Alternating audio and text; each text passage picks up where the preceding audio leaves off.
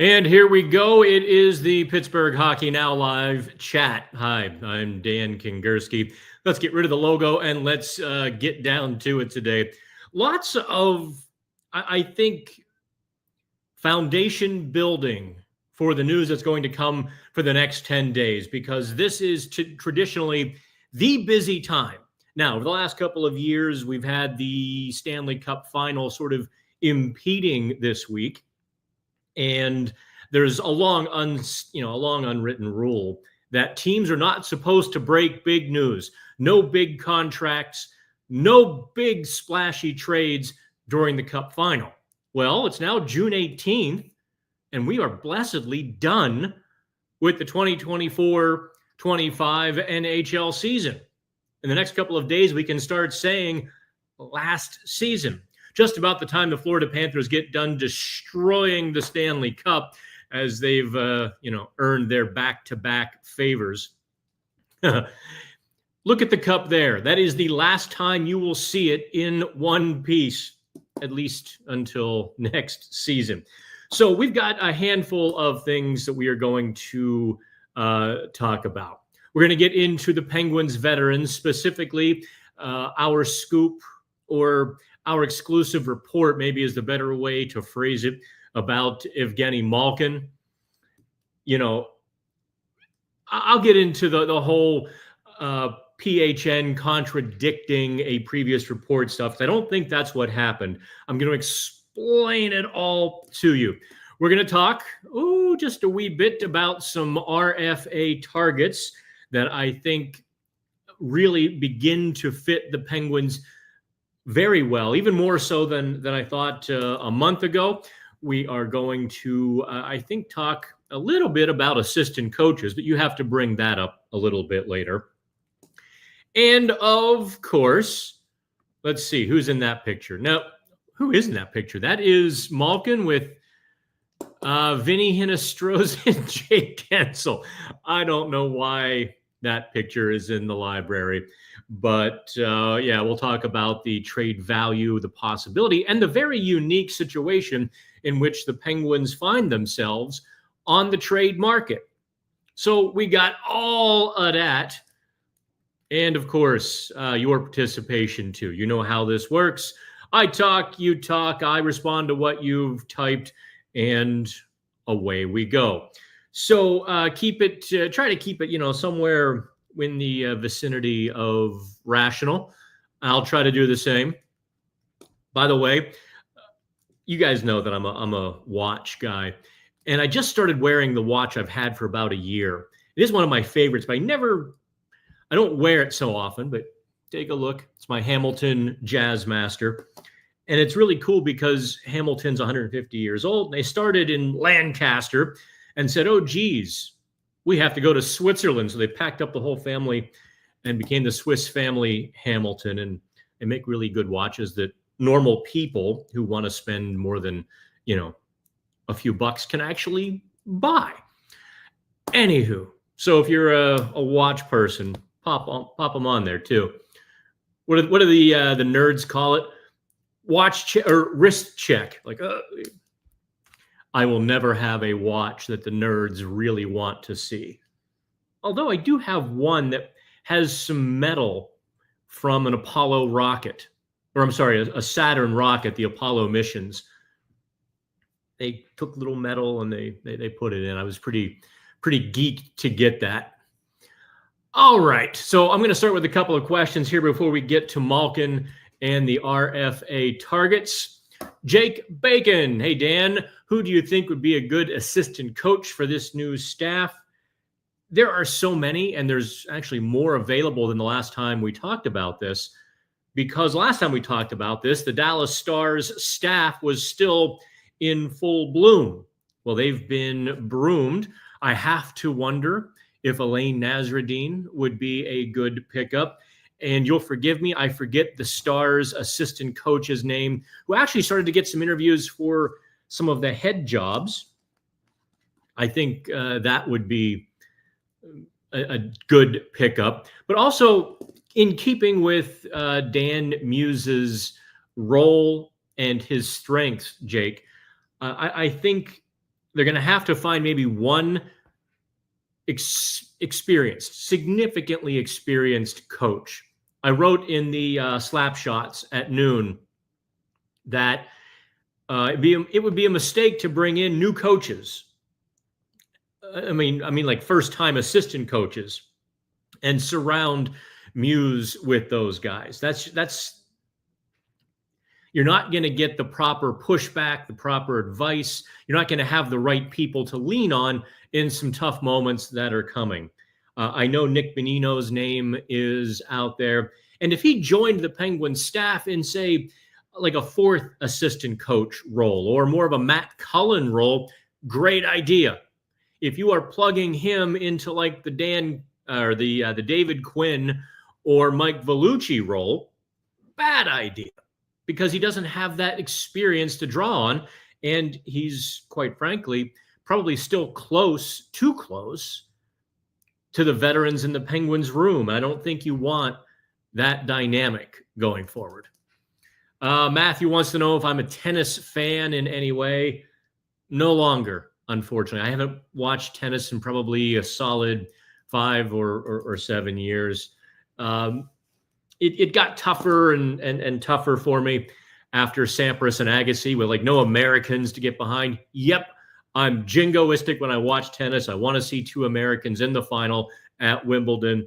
And without that on the men's side, I drifted away.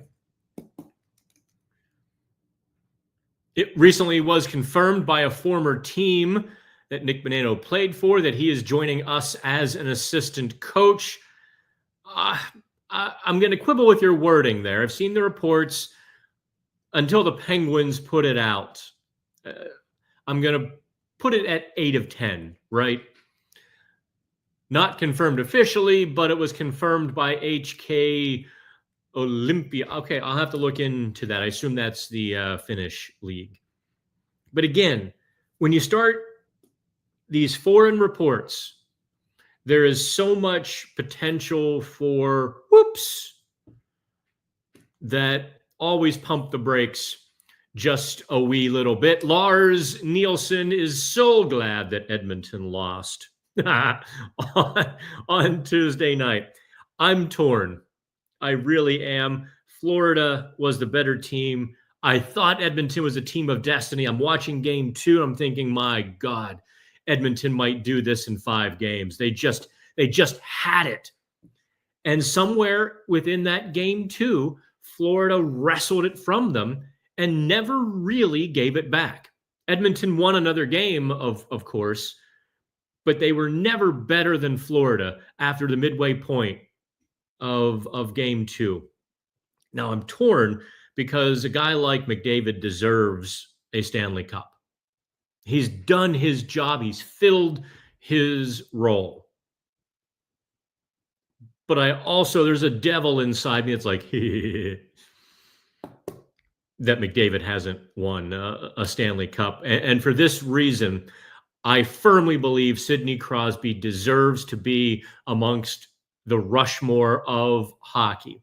He should be number 5 behind the Lemieux, Howe, or Gretzky. Put them in whatever order you want. Maybe I should say Gretzky, Howe, or Lemieux. However, and the minute McDavid does win a cup through recency bias, there's also just been a weird thing in the Canadian media since McDavid's beginning. He didn't have to fight for the respect that Sidney Crosby did. I think people forget just how disrespected Sidney Crosby was. I mean, think about this. Crosby has a couple of Hart trophies. He should have several, if not a handful. But what always was the rationale behind not giving Crosby a Hart trophy? Well, he's got Evgeni Malkin. For some reason, that same logic was never applied to McDavid. No one ever hasn't voted for McDavid for the Hart Trophy and said, well, he's got Draisaitl. I don't know. I don't get it. And Draisaitl even almost won the Hart Trophy this year. Now, Malkin did win a Hart Trophy, but that was the year that Crosby was out. So Crosby had to be out of the lineup for Malkin to get recognized, yet for some reason the Edmonton duo both get their just deserves. And I've always cringed at that. Is just there's a certain unfairness that I don't like. Okay, those are the few questions I wanted to get to. Let's talk about Evgeni Malkin. Let me get Lars off the screen here. Let me get to Evgeni Malkin. On Tuesday, Pittsburgh Hockey Now broke new ground with our exclusive report that Malkin's future, wait for it, is undecided.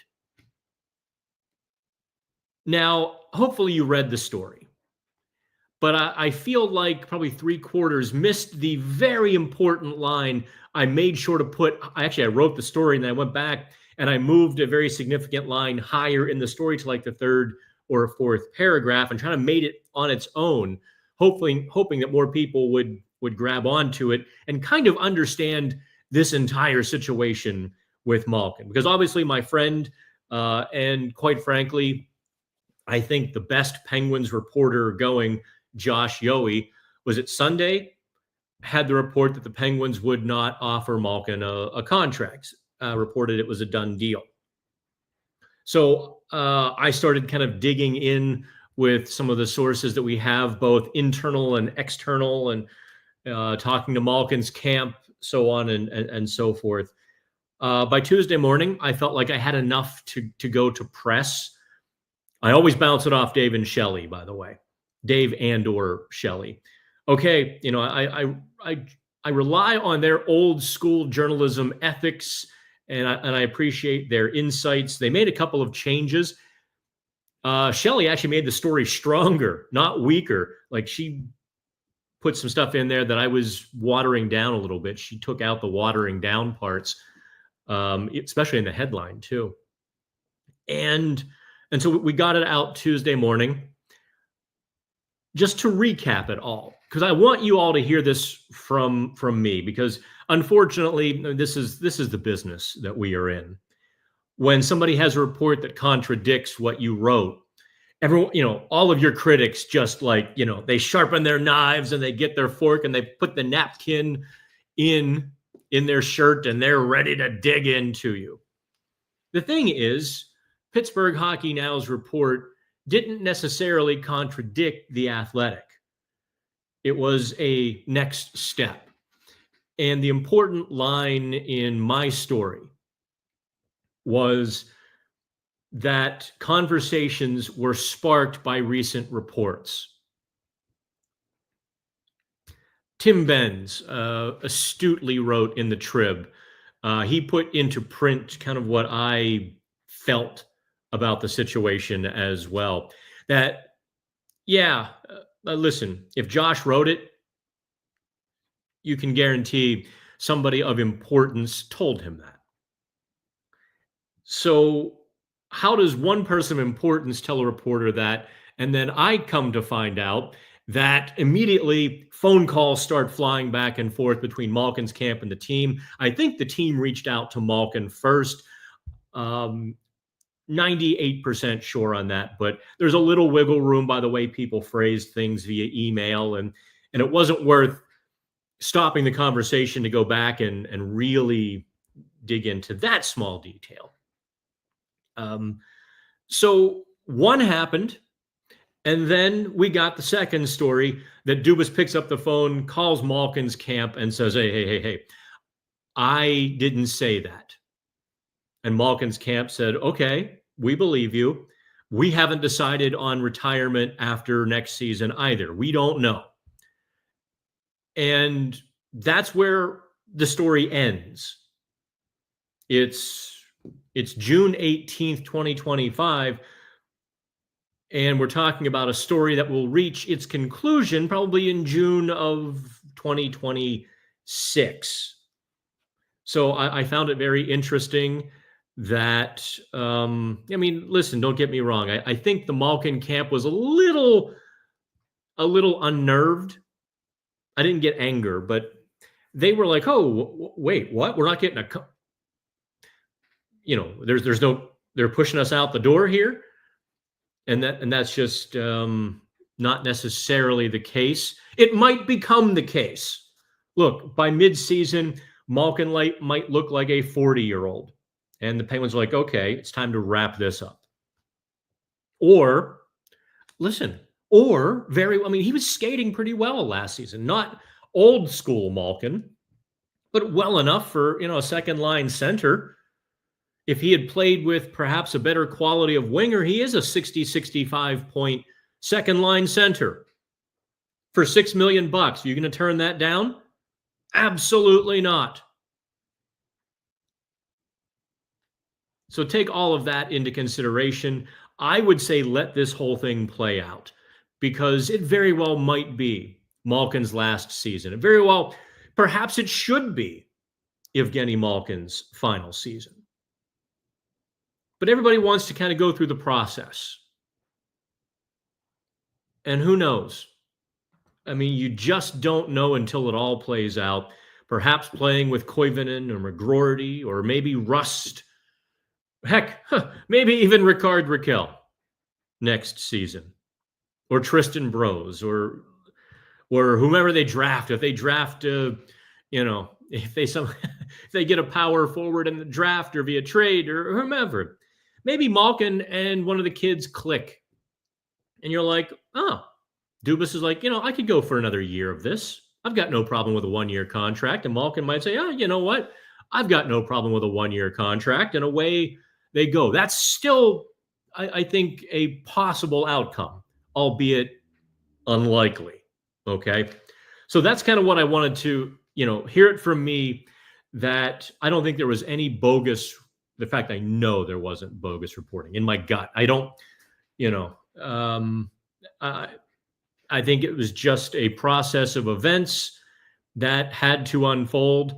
And I do utmost respect for Josh. And on the road, Josh is the guy that I'll go to dinner with, and he and I will talk hockey for a few hours and kill an evening quite easily. So that's all of that. Okay, so the Malkin, put an X through that. That's the first one off of my list. A couple other targets here, the RFA targets, and the Rangers pick is this weird tangled web of RFAs, trades, the Penguins, new coaches, changes, revamp, rebuilding, and the NHL draft. So I'm going to untangle maybe two of those at once, but we get back to a couple more of your questions. Go to Logan. Oh, we already did Logan. Let's go to Steve Nash. What's Chase Stillman's potential? As a former first rounder, does he have one?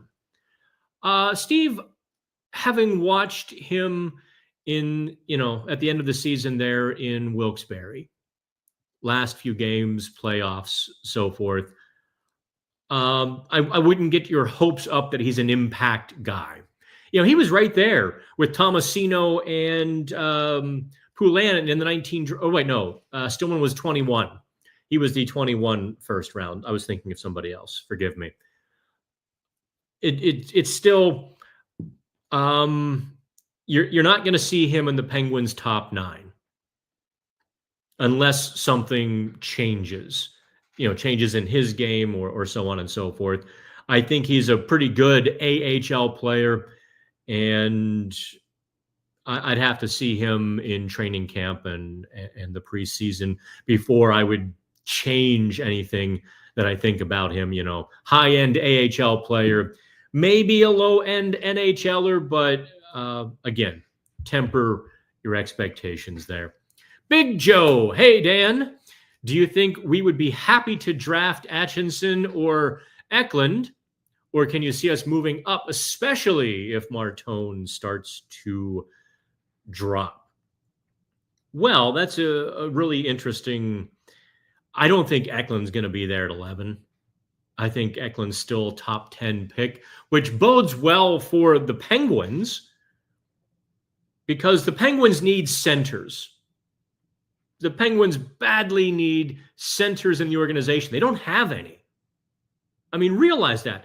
They don't have any centers in the organization. I mean, they got Rutger McGroarty in exchange for Braden Yeager, who would have been their top center. Tristan Brose will be in the NHL next season. His ceiling, his efficiency or efficacy will be determined. I don't know if he's going to be one of those guys who comes up like a ball of fire and sticks, or it might take him a couple bounces back and forth to get the hang of everything. I still don't know in my gut what Tristan Brose's ceiling is. I don't think it's second line center. I think it's third line center. I think he's going to be a pretty good third liner.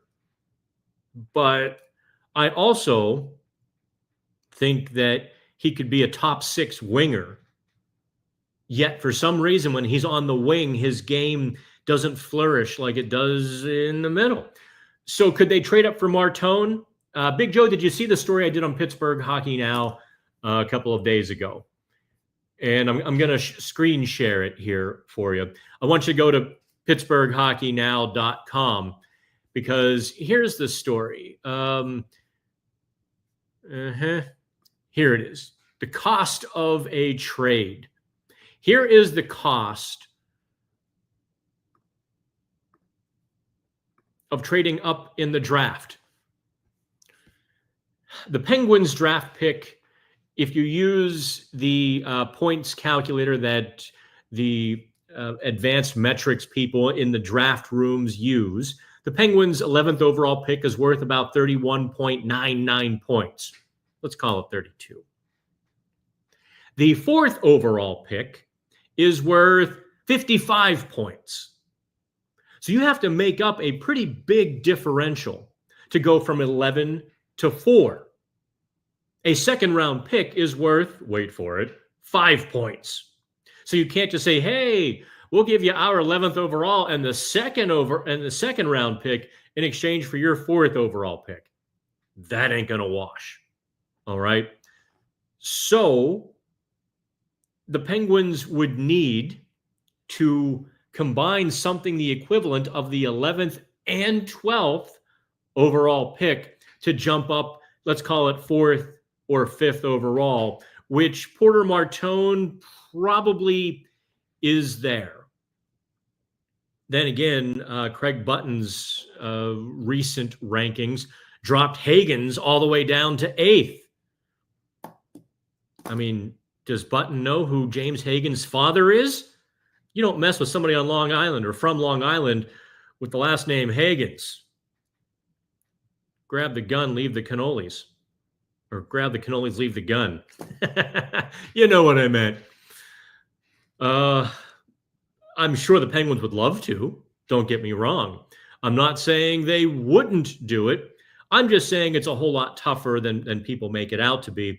You don't just pick up the phone and make a fair offer, and the other team just doesn't have to accept it. Oh, well, that's fair. I guess I have to accept it. That's not the way it works. I could very much see Utah, Philadelphia, Nashville. Nashville has the 5 pick. I could very much see any one of those teams saying, no, doesn't matter how good your offer is. We're just not trading that pick. We want Martone or Hagens or Brady Martin or Jake O'Brien or Roger McQueen or one of the centers who might be on the board. I hope that kind of answers your question. So yeah, it would truly cost the 12th pick being worth about 30 points. So you'd have to package the 11th and 12th picks to flip them for a 4th or 5th overall pick. Now, would the Penguins want to do that? Considering the Penguins' cupboard is still bare. Maybe I should talk a little bit about the Penguins' situation. Sure, you can trade up to get Porter Martone, or you can try anyway. But let's just say it was, in fact, very possible. The Penguins don't have any prospects. Let's assume McGroarty and Koivunen are already in the NHL. Who's in the AHL? Like, who's matriculating behind them? There really isn't anybody yet. I mean, certainly not forwards. Harrison Brunick. Actually, Brunick still can't join the AHL for another year, which is so stupid, but I digress.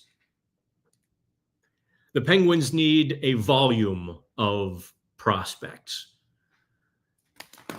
So if there's one team that would benefit more from having 2 picks, 11 and 12, versus 1 pick, it in fact would be the Penguins, whereas a team like Philadelphia that has that next wave kind of straddling the line between the AHL and the NHL, they would benefit by 1 really good prospect, not 2 good ones.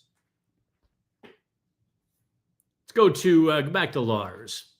I'd like to remind everyone that the last time the Canadian team won the Stanley Cup was, in fact, before Baltimore won the Canadian Football League Championship, the Grey Cup. Yes, Baltimore won the CFL Grey Cup in 1995, whereas the Montreal Canadiens won the Stanley Cup in 1993. So, I don't know, maybe we should put another American team in the CFL just to take that trophy too. I digress. Let's see here. Lars double dipped on me a little bit, but that's okay. It's a good question. Would Gino request a trade at the deadline to try to win another Stanley Cup? I don't think so. Unless he felt really unwanted, unloved, and it just felt like it didn't matter if he were here or not, then I could see him saying, well, fine, I'll go win another cup. Screw you guys. I'm going somewhere else. Otherwise, no. Those guys have made their bed. Those guys have decided they are ride or die. For better or worse. I mean, come on. Look at Brad Marchand last night. Look at him this entire playoff run. You want to talk about a 37-year-old being revitalized? Surely, if nobody else, Sidney Crosby had to see that, right? His Nova Scotia buddy, his Cole Harbour buddy, his Halifax friend, having just this incredible time, the time of his life, playing for a rival, no less. The Florida Panthers, Boston Bruins, they really don't like each other. So there's Marchand playing for a hated rival and just enjoying the hell out of life. I can't help but think that, I mean, I don't think it will make a difference, but maybe just a little bit. Of course, I'm on record as saying I would go somewhere else. So that's my personal bias seeping into this. I don't get this fanaticism to be a one jersey player. I don't get it. Kate says, hi, Dan. Well, hello, Kate. When do I think the action will start now that the Stanley Cup finals are over? I feel terrible that I just wanted the playoffs to end so we could get to the trades and the draft stuff. Buckle in, Kate. Over the next couple of days, somebody will pull the ripcord. Or maybe that's the wrong analogy. Somebody's going to, grab the Coyotes Acme TNT plunger, roll out the wire, and go boom, and it's just going to start. There's too much that could be going on for it to build up. We're now 9 days to the NHL draft, 13 days to free agency. Buckle in. Let's just say Vegas wanted Mitch Marner. Well, they could make a bold move and acquire his rights now. Of course, they'd have to clear a good bit of salary cap space first, and there's more trades. So there is certainly a log jam, but someone's going to pull that Jenga piece, and here we go. And it could happen at any minute, and I mean any minute now, because we are now green flag. Cup final over. Let's go. Bo Smith. What are my thoughts on bringing back the Flower to coach the goaltenders? I don't think Marc-Andre Fleury was ever a technically great goaltender. He could do things that nobody else could. You can't teach what he could do. I know people want Flower back in the organization, but that would not be the role to give Marc-Andre Fleury, that's for sure. Let's go to Jim Stripsky, one of our frequent commenters on PHN as well. After Marchand's playoff performance, will some GM give him 3 to 4 years at $8 million he was asking for? Holy moly. I think he was asking for that from Boston. 3 years, $8 million. If you don't make it a 35 plus contract, you can get away with it. And that's still the most inexplicable thing that Ron Hextall did as Penguins GM. He gave Evgeni Malkin and Chris Letang full no movement clauses. Letang for the first 4 years anyway. He loses that protection next year, does Chris Letang. Okay, fine. The players are in control now. And then Hextall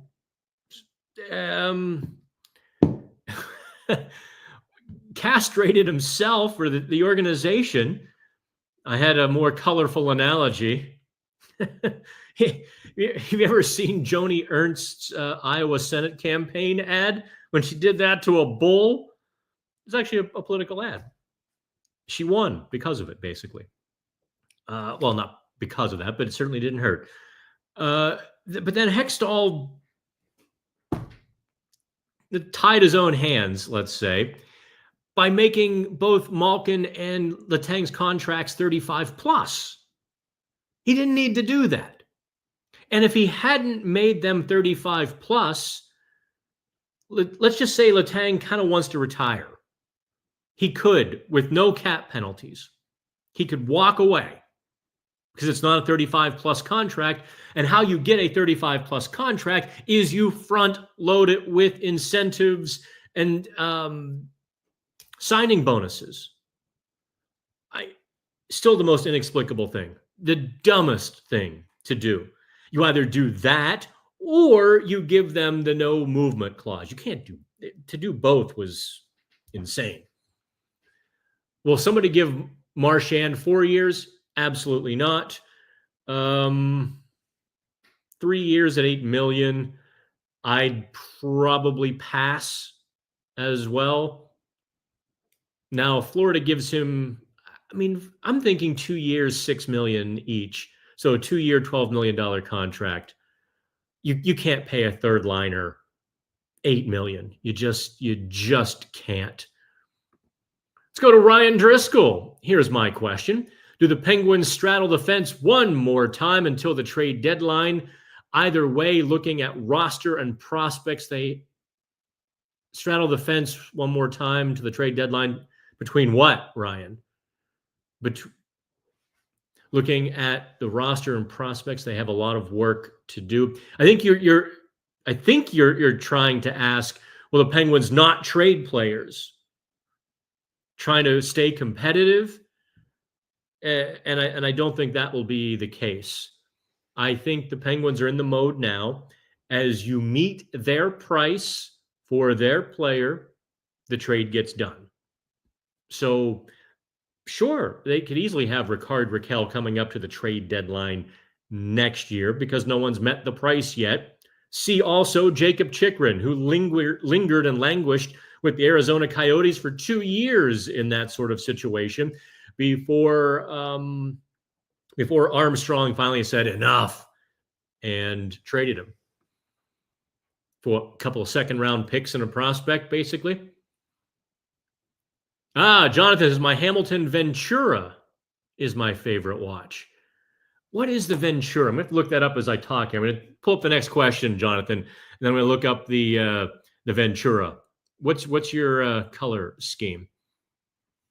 Pens ML says, my thoughts on Brian Rust for Alexis Lafreniere. Why would you make that trade? One guy's a 40-point player who's struggling to be consistent, struggling to be physical, struggling to score, versus a guy who has it all figured out, who's a leader in the locker room, who exemplifies everything it means to be a Penguin. Like, Lafreniere isn't going to replace Brian Rust in a couple of years. Like, after, 4 years in the NHL? Lafreniere is getting pretty close to the player he's going to be. he should take 2 more steps. You'd be happy if he took 1 more step, just became a consistent 50-point guy. Oh, those are the Ventura. They're kind of like spaceship looking.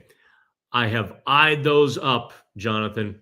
I have eyed them up. They're not quite my style, but darn if I don't like them. Let me see if I can show you what a Hamilton Ventura is. You're like, I don't care about watches, Kingerski.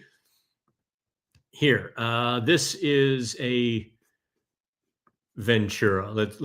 You're like, what is he talking about? When did this go off the rails?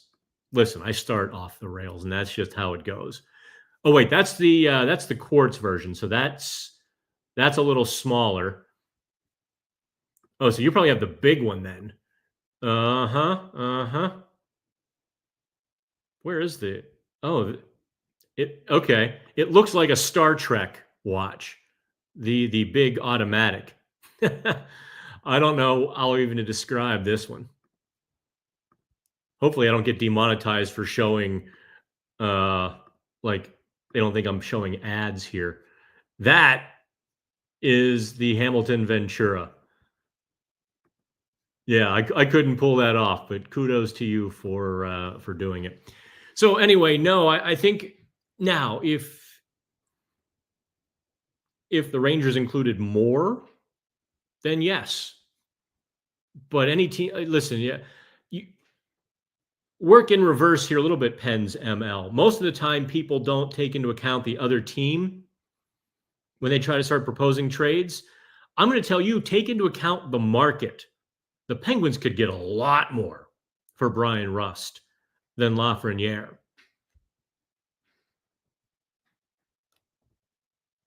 Okay, let's go to, Matt Meager, Flux CC, who's been doing the videos for us on Pittsburgh Hockey Now. I guess I should do Redeem Materka next. Maybe I'll do him tonight.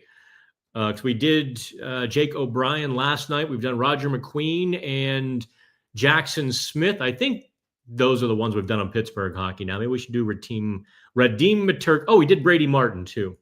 It's all on Pittsburgh Hockey Now. Go to the prospects page. You can see all of the videos. Okay, Matt's question. Do I think Dubas may ramp up the aggressiveness this offseason to capitalize on the unique situation the Penguins find themselves in as the only real sellers? Great point, Matt, because I just wrote that an hour ago on Pittsburgh Hockey Now, actually. So great minds or something like that.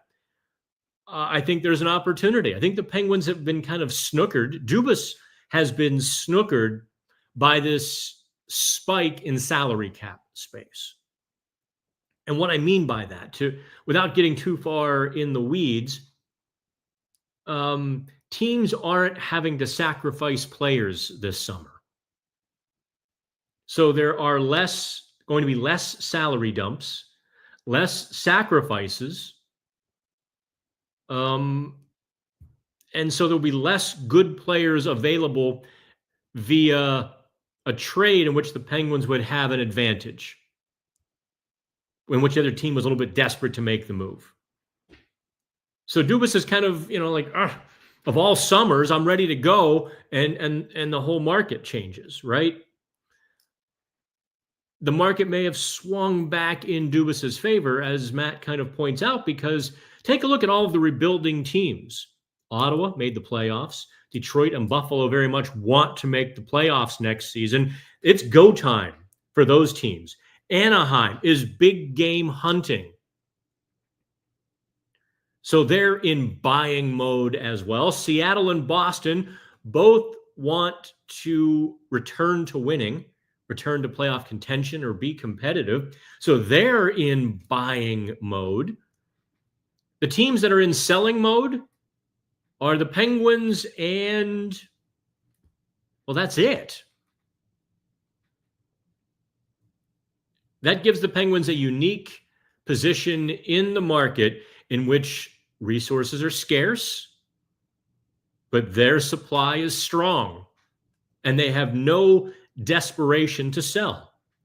So they can put their goods and whatnot on the highway, put up a sign that says apples, $20 a dozen. People might drive by and say, hell no, but those might be the only apples for 100 miles. And so if you want some food or some apples, you're going to pay $20 a dozen. That's a situation I'm sure Dubas is hoping he finds himself in, and to a lesser degree, he probably is. Let's go back to Jim.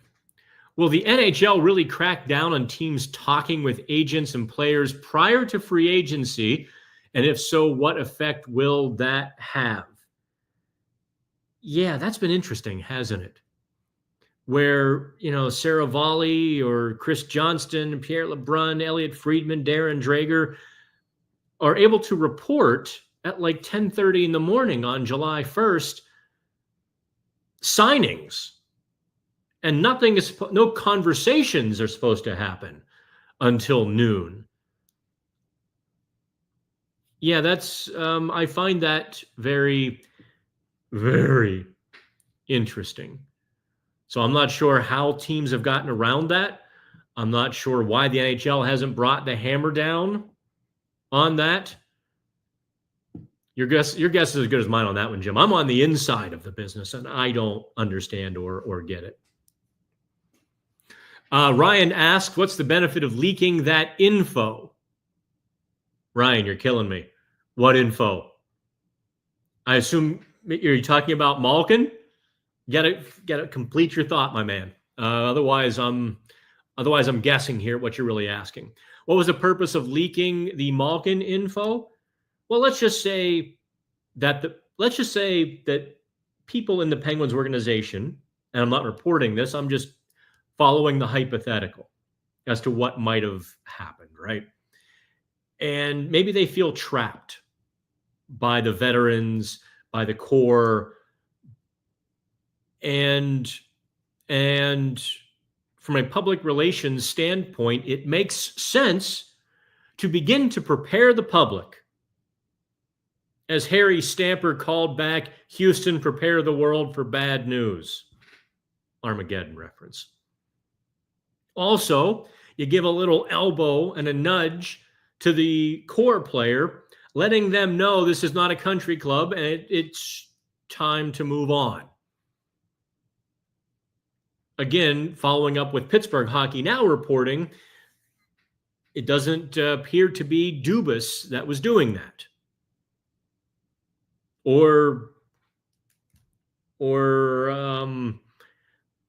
Boy, I painted myself into a corner with that sentence, with that "or," didn't I? How do I get out of it? I don't think I do. I think I just walk right through the wet paint and not finish it. And I'm not going to finish that sentence. Let's go to Chicken Alley King. Is there a market for Ned? I don't know. Goaltending depth is perilously thin across the league. Would I acquire Alex Nedeljkovic? Hell yes. I would take Ned on my team tomorrow as a number 2 goalie. Without question. Having said that, I don't know that other GMs agree with me. So you'd have to think if Edmonton gets stuck, right? If Edmonton gets to August, September, and they're still stuck with Skinner and Picard, they look at Nedeljkovic and are like, fine, come on. Or Detroit, who is kind of in transition in between goalies right now, or Philadelphia, who has no goalies. Samuel Ersson is about all they've got. So one of those teams, Nedeljkovic would be a great bargain goalie. And I think they'd be surprised at what they're actually getting. So should there be a market? Yes. Is there a market? I don't think so. Do I think Edmonton might want Tristan Jarry? I bet they can fix him. We were joking about that last night privately. I was talking to some hockey folks, and we were only half joking. Send Tristan Jarry home to his hockey home to Edmonton. I mean, he played in the WHL. He won the Did he win the WHL championship or the Memorial Cup with the Edmonton Oil Kings? Because I posted the picture on Twitter last night, in fact, of Jari in the Oil Kings jersey with, number 1. I don't know. The Penguins would have to eat 50% of his salary, which complicates things. The Penguins would have to be confident that they have a second goalie. Alex Nedeljkovic and Joel Blomqvist doesn't exactly instill confidence. Nedeljkovic and Murashov in October? No, I don't think that would be a prudent move either.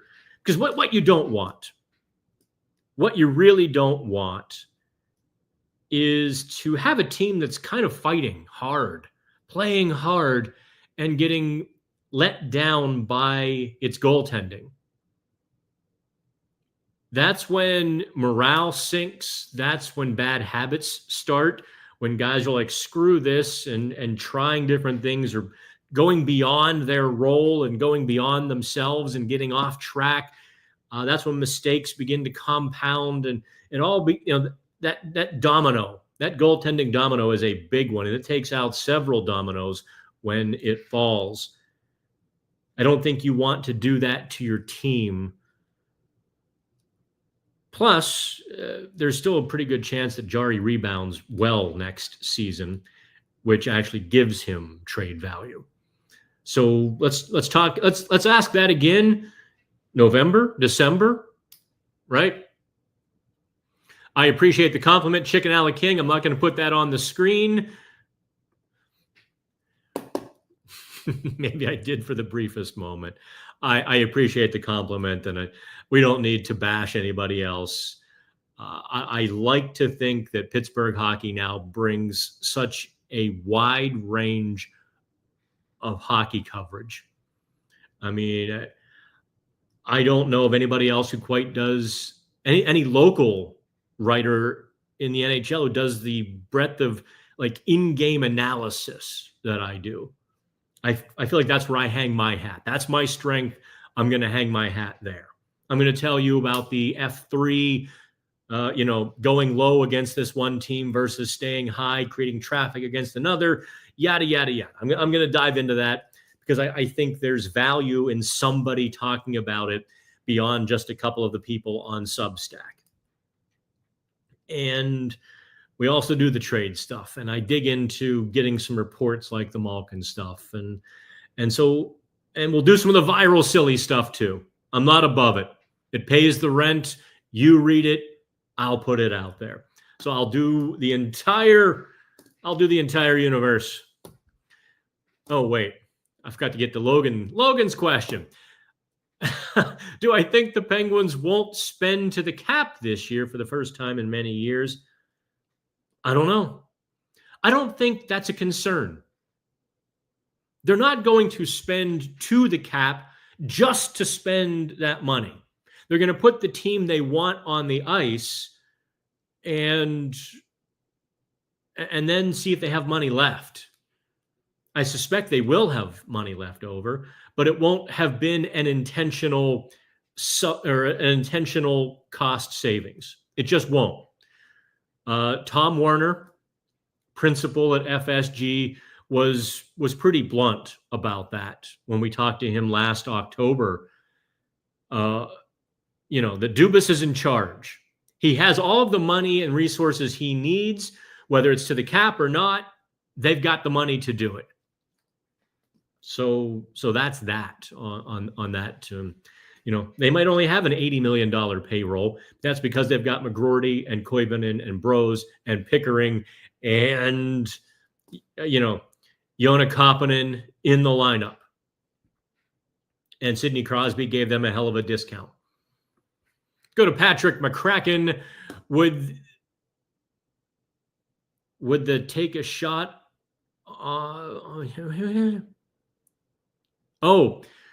Patrick is asking if the Penguins could or would or should take a shot and trade up for Roger McQueen.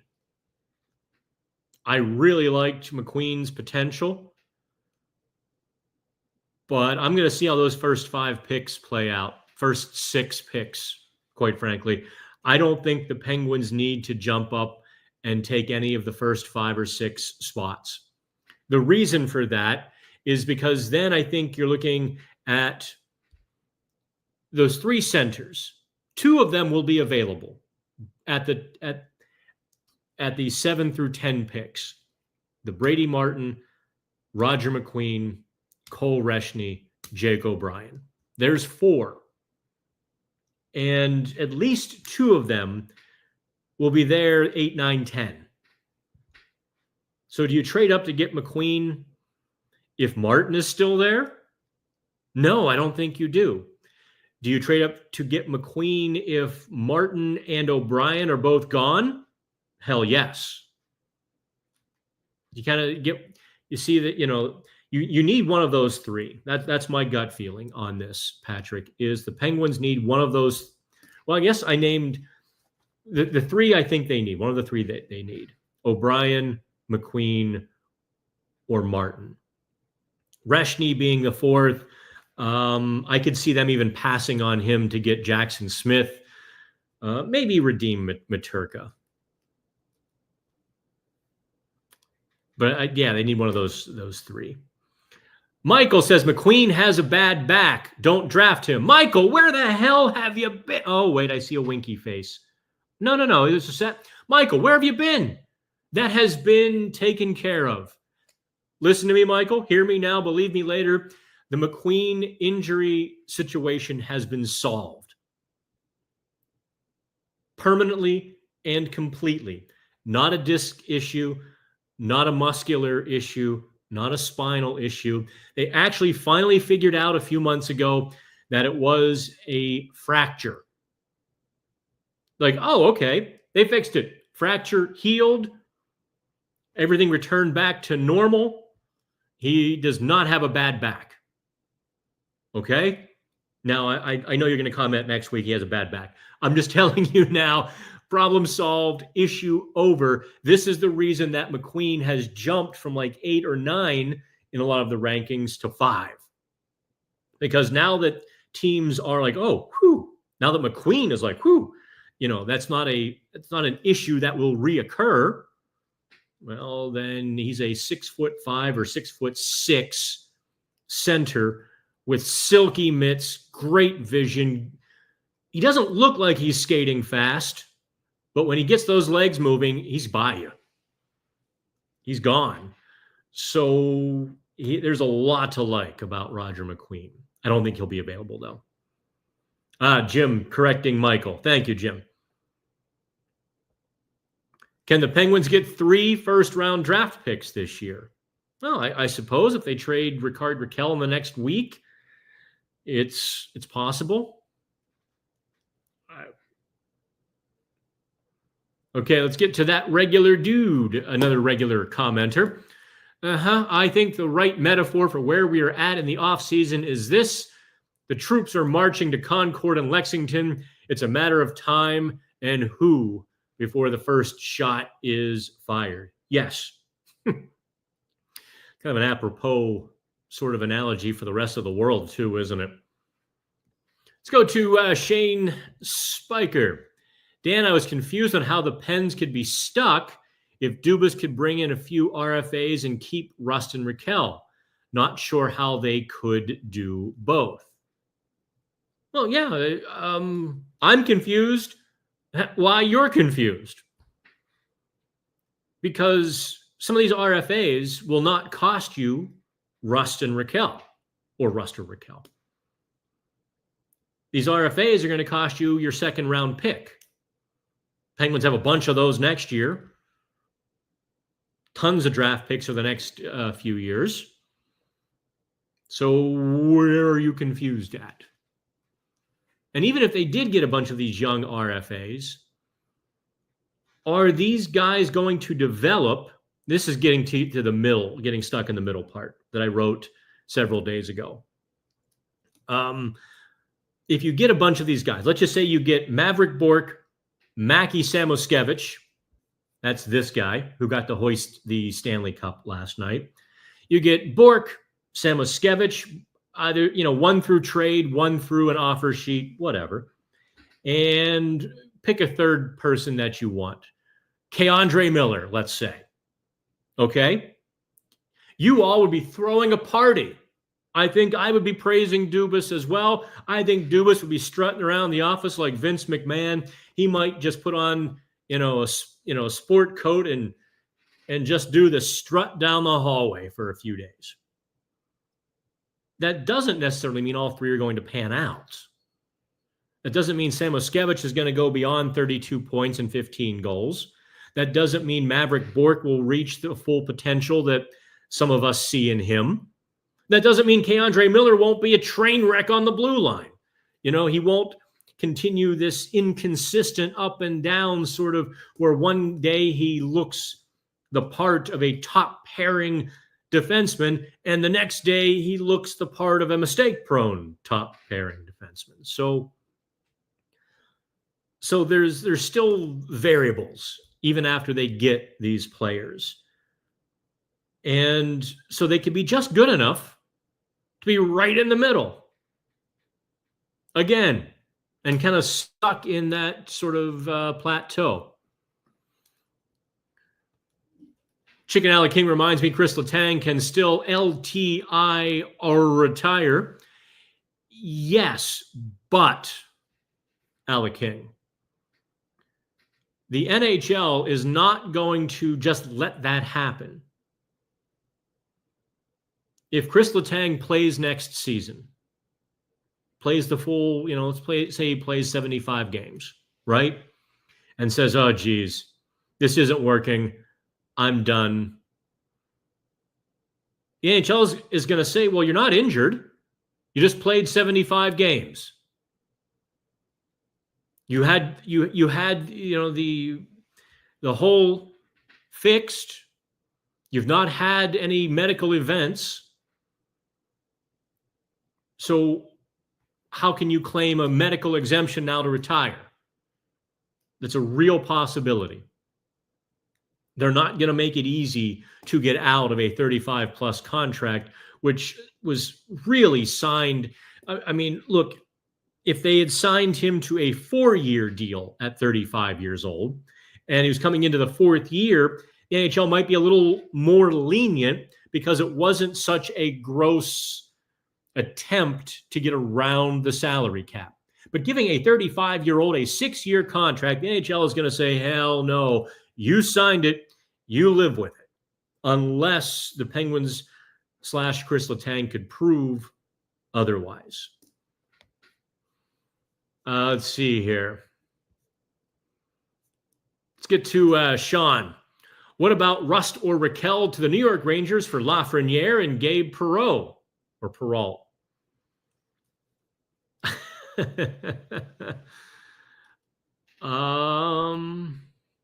I think the Rangers really like Perreault from what I've heard recently.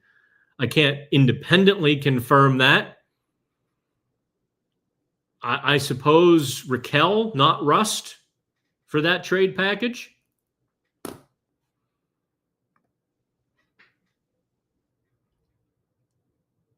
Jason, kind of going back to Jim Stripsky's question about the July 1st circumvention, where teams are signing players well before noon and having those big conversations and so on and so forth. Jason says, isn't there a free agency discussion period before July 1st? No, they tried that for 1 or 2 years and then scrapped it. So there actually is not that period. Ryan says, Ryan's getting the hang of this now. I would like to see Kyle Dubas take advantage of Colorado and Dallas in their precarious cap positions. Oh, I think, yes. Absolutely. Go to the Erickson family. Hey, Dan, what's the latest scoop on Maxim Shabanov? And there we are at the 1 hour mark.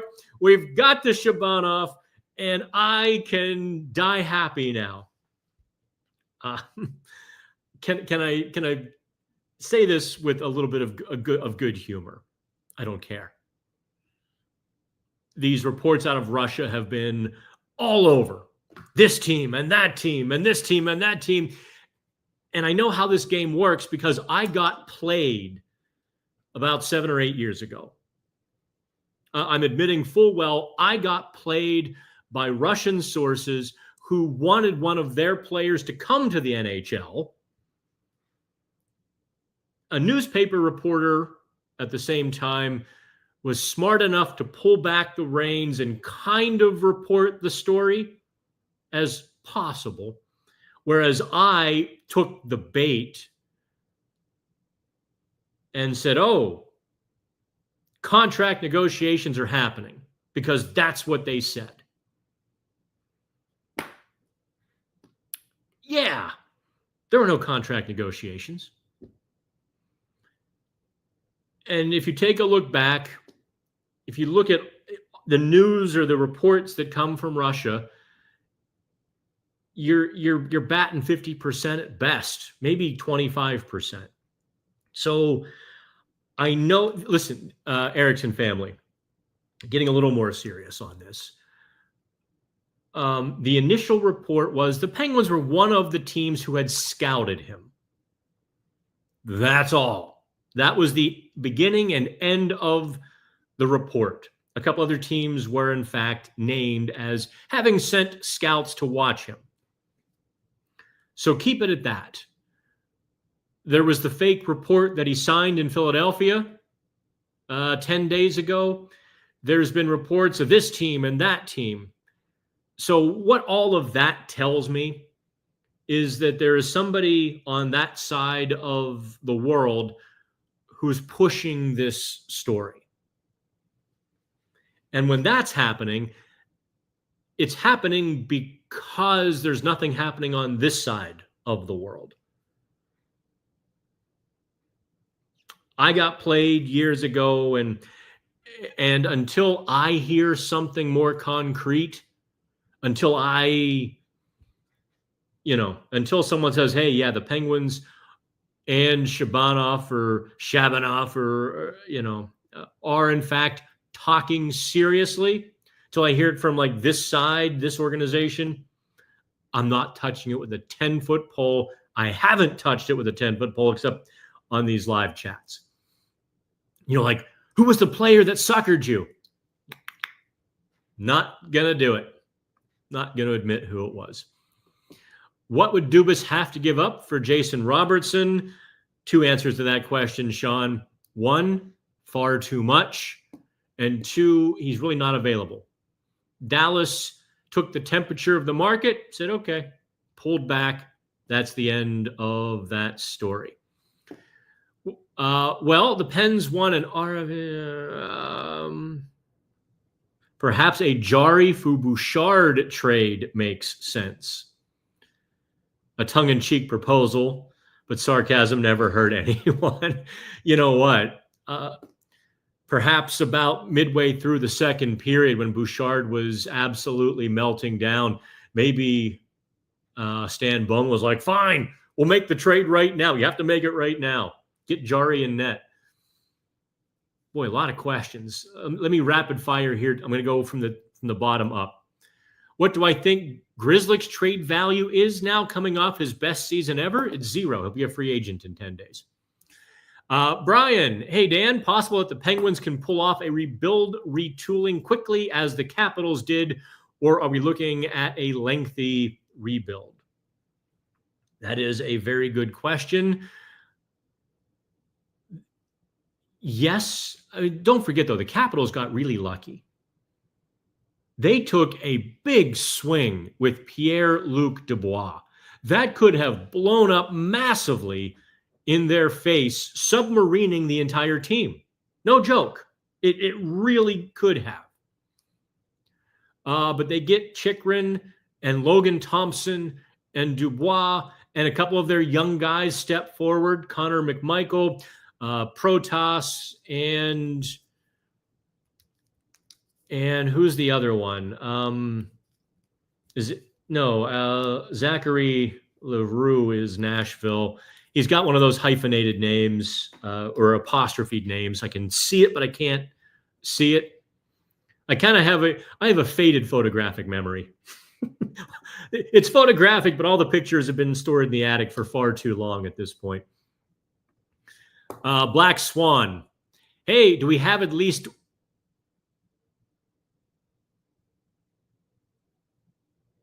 Wait, what? I don't under...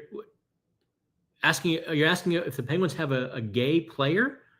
I don't even know how to... Was that a typo? At least one guy? Wait. Y'all got to look at your questions here and make sure they read well. I was watching some tapes on not Ethan Bear. What's Carter Bear?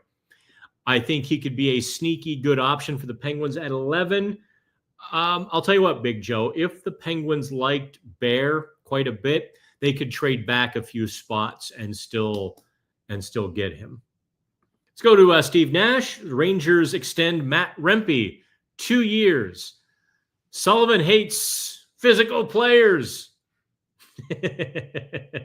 I know. I've tried to tell you all, Sullivan loves those kind of guys. Penguins just didn't have any who didn't make the team worse. Yeah, Sullivan has no problem with a guy who's going to bring some jam, some physicality, even some agitation. Michael Thompson.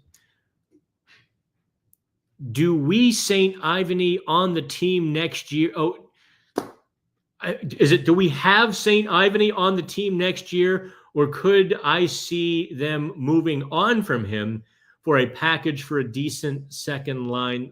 I don't know. That would, I guess, depend on other teams, right? St. Ivany certainly isn't untouchable. With Harrison Brunick on the way, with Connor Timmins as an RFA, sure. Let's just say, Buffalo is willing to part with one of those young centers that the Penguins should want. And they say, okay, here's the deal. You give us X and St. Ivany. If the X were fair, Dubas would not hesitate to include St. Ivany in that trade because it would make the Penguins better. And there are other players who are also under 25 or under, and St. Ivany is going to be 25, right? Or he's going to be 26. St. Ivany's around 25. So there are others in that age range who can and will be here. So, now I would like to see Jack St. Ivany get a second crack with the Penguins lineup, but that's the business.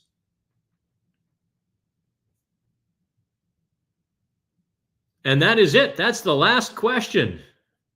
Oh, here, I'm going to get to the Black Swan. It wasn't a Pride Month question. And I was like, oh, please, I don't even know how to answer any of those questions. Okay. So here's Black Swan's question.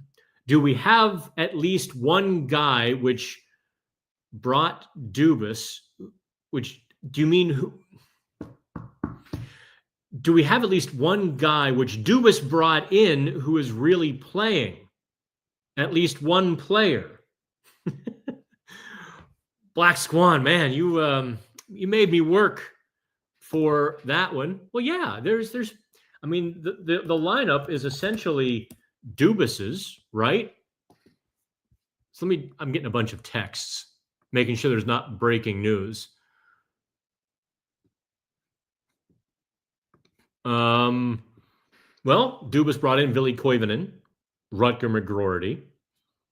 He brought in Philip Tomasino, Joona Koppanen.